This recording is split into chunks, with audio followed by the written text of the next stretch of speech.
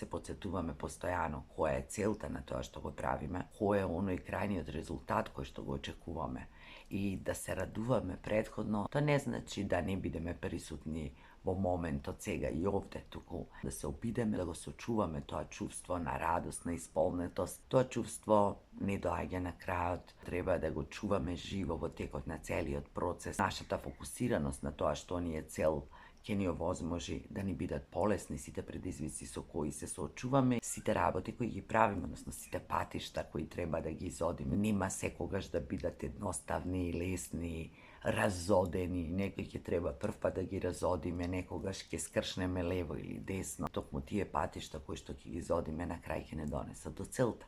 Па зошто да чекаме да дојдеме до целта и да ја чувствуваме таа радост или ослободување или задоволство од она што сме го завршиле, кога можеме постојано во текот на процесот да го будиме.